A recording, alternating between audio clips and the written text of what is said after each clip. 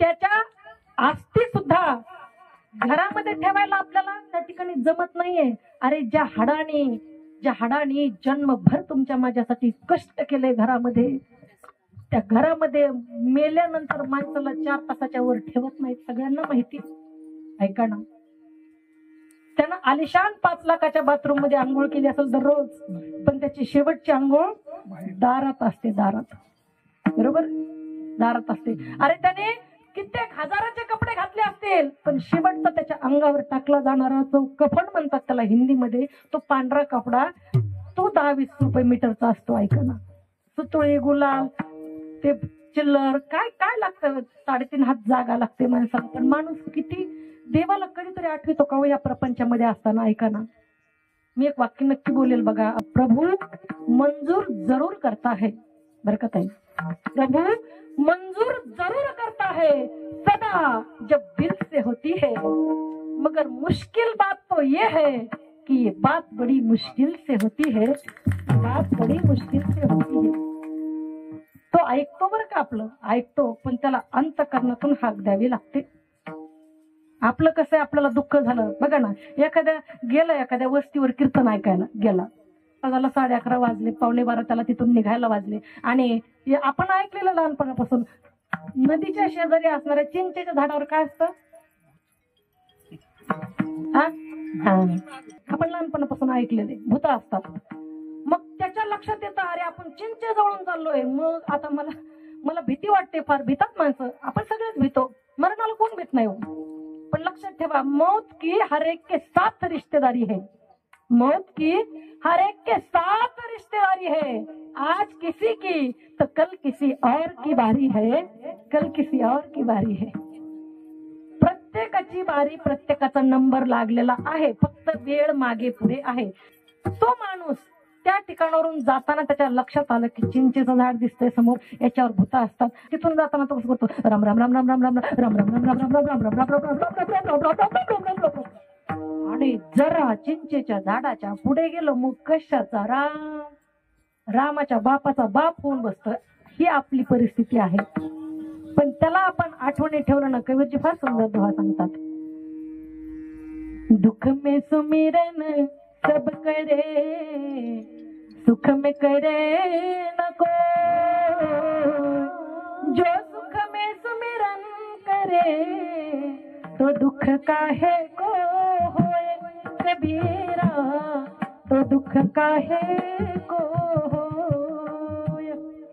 दुःखात सगळे आठवतात देवाला, पण सुखात जर आठवलं तर दुःख जीव देणार नाही ना तो. आपण हे केलं पाहिजे, हे करा. ऐका ना, आपण काय केलं पाहिजे, त्या भगवंताला अंतःकरणातून साथ घातली पाहिजे, त्याच्याशिवाय कुणीच नाही. महाराज म्हटले, तुका म्हणे तुझं सोड विना कोणी, एका चक्रपाणी वाचून. आणि म्हणून शेवट गोड करण्यासाठी तुकोबराय त्याच माहेराला गेले, अर्थात त्या पांडुरंग परमात्म्याकडे गेले. आणि म्हणून त्यांच्या जीवनात काय बदल झालाय, काय घडलाय, अभंगाचं प्रथमच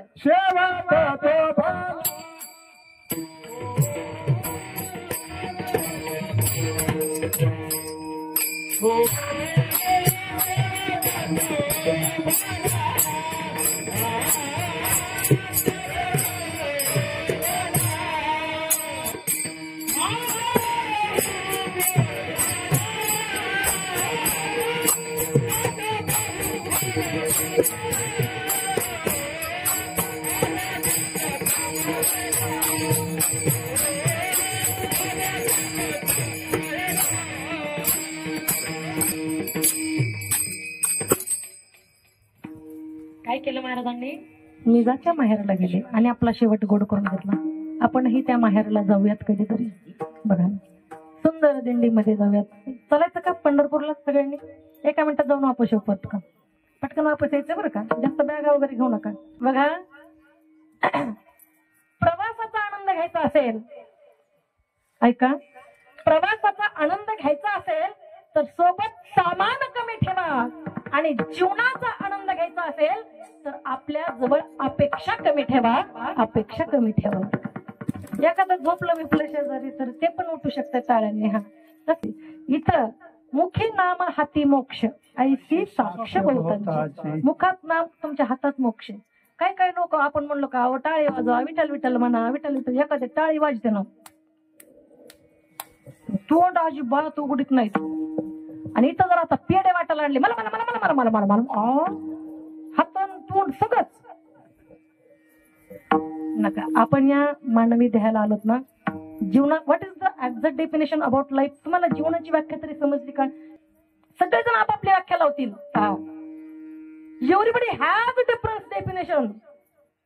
suppose for example, cricketer says cricket is life, actor says acting is life, writer says article is life, singer says singing is life, teacher says teaching is life, housewife says work is life, little child says play is life. But I must say life is a very small gap between birth and death, so that in this gap be happy and try to make others happy. Enjoy every moment of life. ना आता समजलं तर वाजेल ना. आता पेशा शिक्षिका आहे, मला फार येतंय याच्यासाठी मी बोलतच नाही बरं का. पण English language is the most important thing for the communication. दळणवळणाच्या साधनासाठी तुम्ही महाराष्ट्राच्या बाहेर जा, मराठी कुठेही चालत नाही. तिथं एकतर प्रांतीय भाषा किंवा मग इंग्लिश भाषा चालते. महाराष्ट्राच्या बाहेर गेलं मराठीला कोणी विचारत नाही. पण आम्हाला मराठीची फक्त कौतुक नाहीये, घमेंड आहे, घमेंड. हे पण मी बोलायला विसरणार नाही. माझ्या मराठीचे बोलू कौतुके परी अमृतात ही पैजा जिंके, ऐसी अक्षर रसिके मेळवीन. आम्हाला मराठीचा गर्वच आहे, घमेंड आहे आम्हाला मराठीवर. अहो इंग्रजी भाषा कसं बघा, आता एखादं वाक्य आपल्याला ऐकून आलं, विद्याताई मला काहीतरी म्हणलं, मग मी त्यांना म्हणलं sorry I can't hear you, please tell me again. इतकं बोलावं लागतंय की ते विद्याताई sorry I can't hear what you say, मी तुमचं बोललेलं ऐकलं नाही, प्लीज टेल मी अगेन. पुन्हा एकदा सांगा. तसं मराठीत कसं आहे बरं का, पुढच्या माणसाने आपल्याला सांगावं ना, आपल्याला नाही कळलं फक्त काय म्हणायचं आ, बरोबर आहे ना. इतकी मराठी भाषा सोपी आहे तितकीच अवघड आहे जिलेबीच्या वेड्यासारखी. मराठी भाषा समजायला फार अवघड आहे बरं का, फार अवघड आहे. पण आम्हाला मराठीचं कौतुक आहे. पण इंग्रजी भाषा ही सुद्धा गरजेची आणि महत्वाची आहे हे सांगते मी. विठ्ठल विठ्ठल.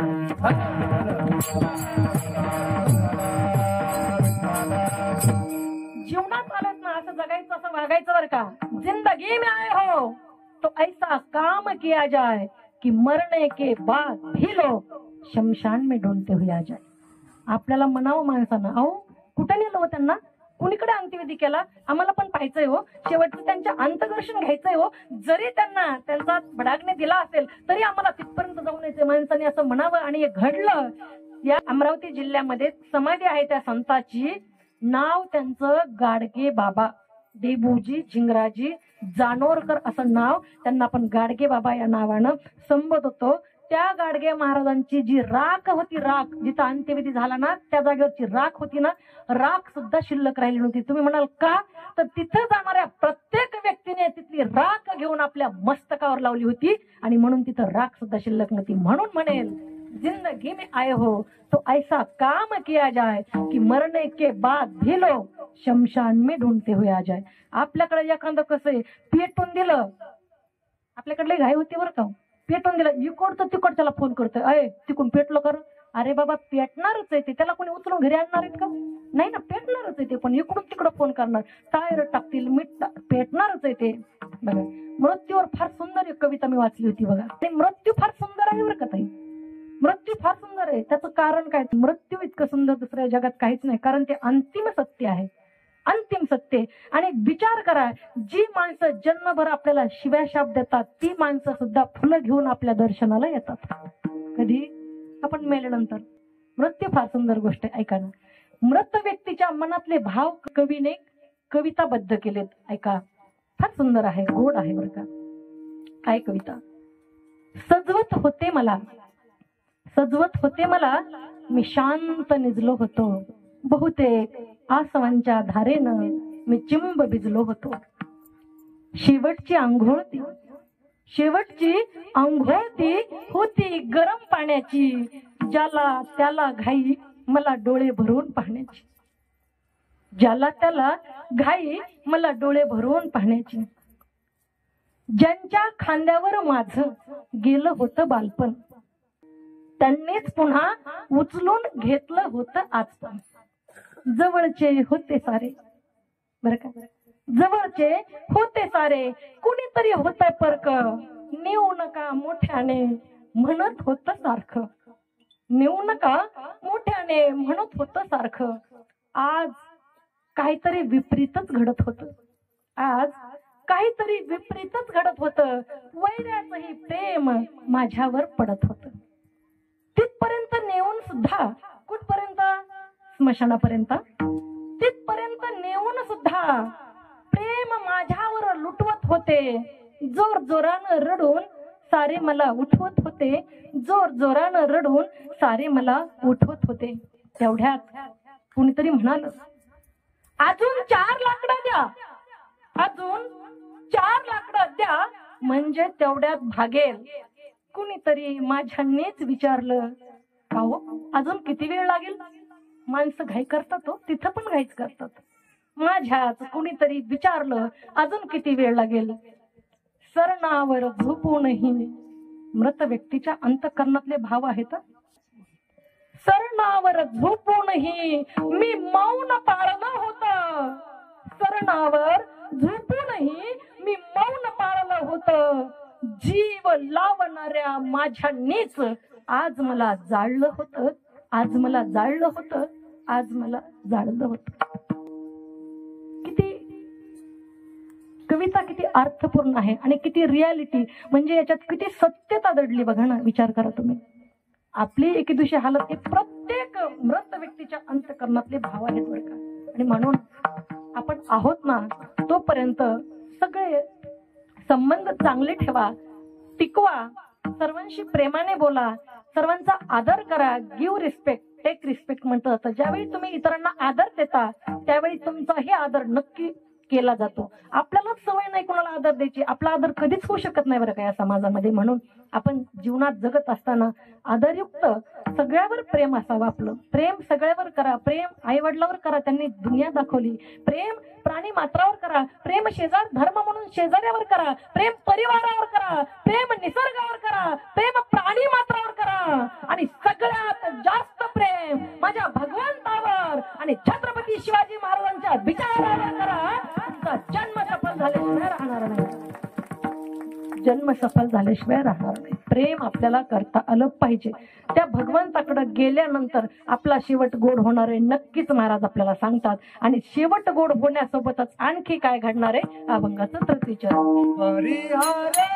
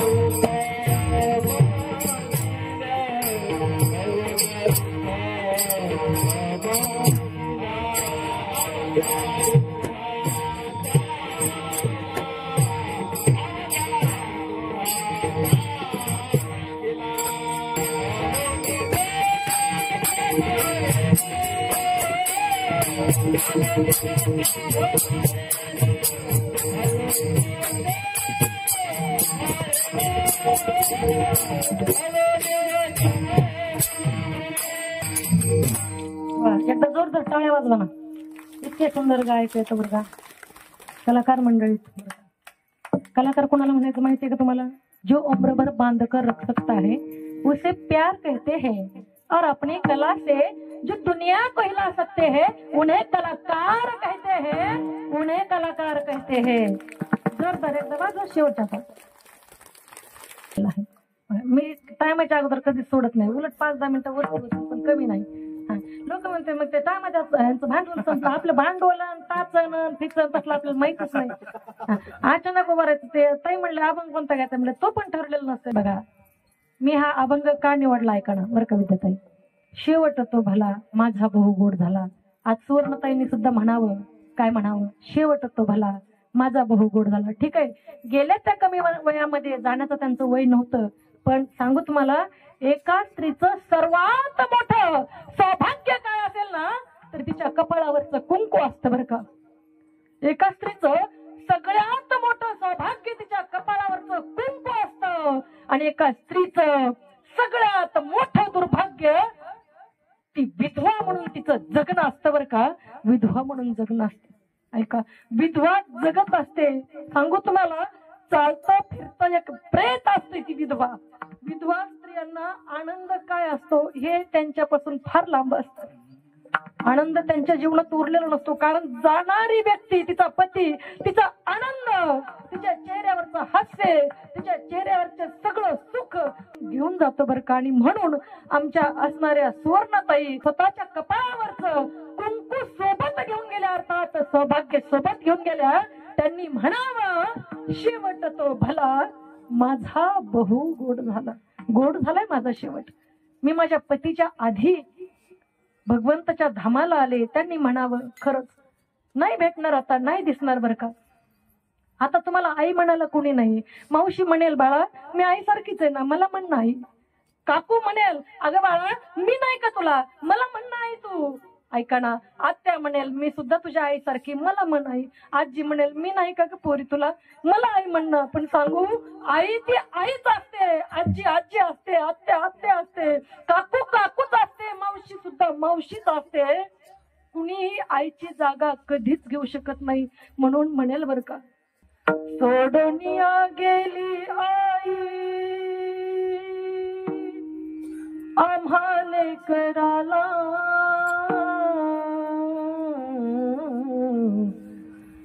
सोडनिया गेली आई आम्हाले कराला. आई आई आई आई म्हणून कुणाला, आई आई आई आई म्हणून कुणाला, आई आई आई आई म्हणून कुणाला, आई आई आई आई म्हणून कुणाला. कुणाला आई म्हणून ती सांग ना आई, आई तुझ्यासारखी माया करणारा जगात माझ्यावर दुसरं कोणी नाही का आई. आई तू आमच्यासाठी किती कष्ट केले का आई, किती वेदना सहन केल्या आई. आम्ही जे जे मागितलं तुला ते सगळं पुरवलं का आई. आई तू आमच्यासाठी फार कष्ट केले आई. आम्ही तुम्हाला किती त्रास दिला तरी सुद्धा तुम्ही आम्हाला कधी मारलं नाही, कधी रागवलं नाही आई. आणि आज तुम्ही आमच्या जीवनातून निघून गेलात आई. आई सारखं प्रेम आहे जगतावर दुसरं कोणीच करू शकत नाही. ऐका ना, आई आमच्यासाठी कष्ट केले,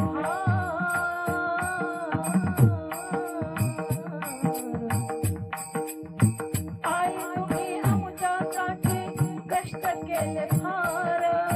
सोडनिया गेली आई सारा परिवार, सोडनिया गेली आई सारा परिवार. आई आई आई आई आई आई आई आई आई आई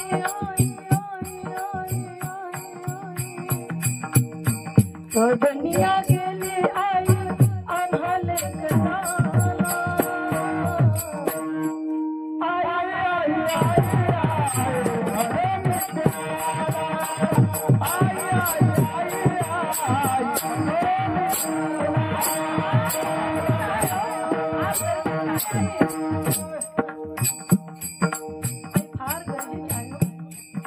आई सारखा लेकराला कोणीच समजावून सांगू शकत नाही. आपलं लेकरू मोठं होत असताना जवळ आईची गरज असते. आपल्या लेकराला मुलगा पाहायला येत असेल, मुलाच्या परिवारातील लोक पाहायला येत असतील, तेव्हा आई गरजेची असते. आपल्या मुलीला दिवस गेल्यानंतर आई गरजेची असते. बाप नाही कामाला येतो तिथं. आपल्या मुलीची डिलिव्हरी होत असताना आई जवळ पाहिजे. नातरुंडाला जवळ घेण्यासाठी त्या डिलिव्हरी झालेल्या मुलीची आई म्हणजे त्या बाळाची आजीच पाहिजे. ऐका ना, आई तू आम्हाला घडवलंस, वाढवलंस. योग्य वयात आल्यानंतर आमच्यासाठी विवाहाची स्थळं पाहिली आहे. बाबा तुम्ही आमची व्यवस्थित लग्न करून दिली. सुंदर प्रकारच्या संस्कारशील परिवारामध्ये आम्हाला दिलं. सुंदर प्रकारची संस्कारशील सून आपल्या घरात आणली. पण ऐक नाही, तू गेली पास तर तुझ्या मागे आमचा परिवार कसा राहतोय, कसा जगतोय तुला माहितीये काही? ऐक नाही, वर्णन करतोय की का? लेकी सुना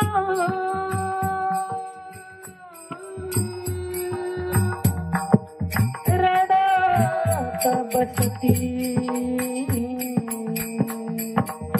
लेकी सुना रडत बसती काना कोपऱ्यात, लेकी सुना रडत बसती काना कोपऱ्यात. आई तुझी आठवण येते प्रत्यक्षात, आई तुझी आठवण येते प्रत्यक्षात. आई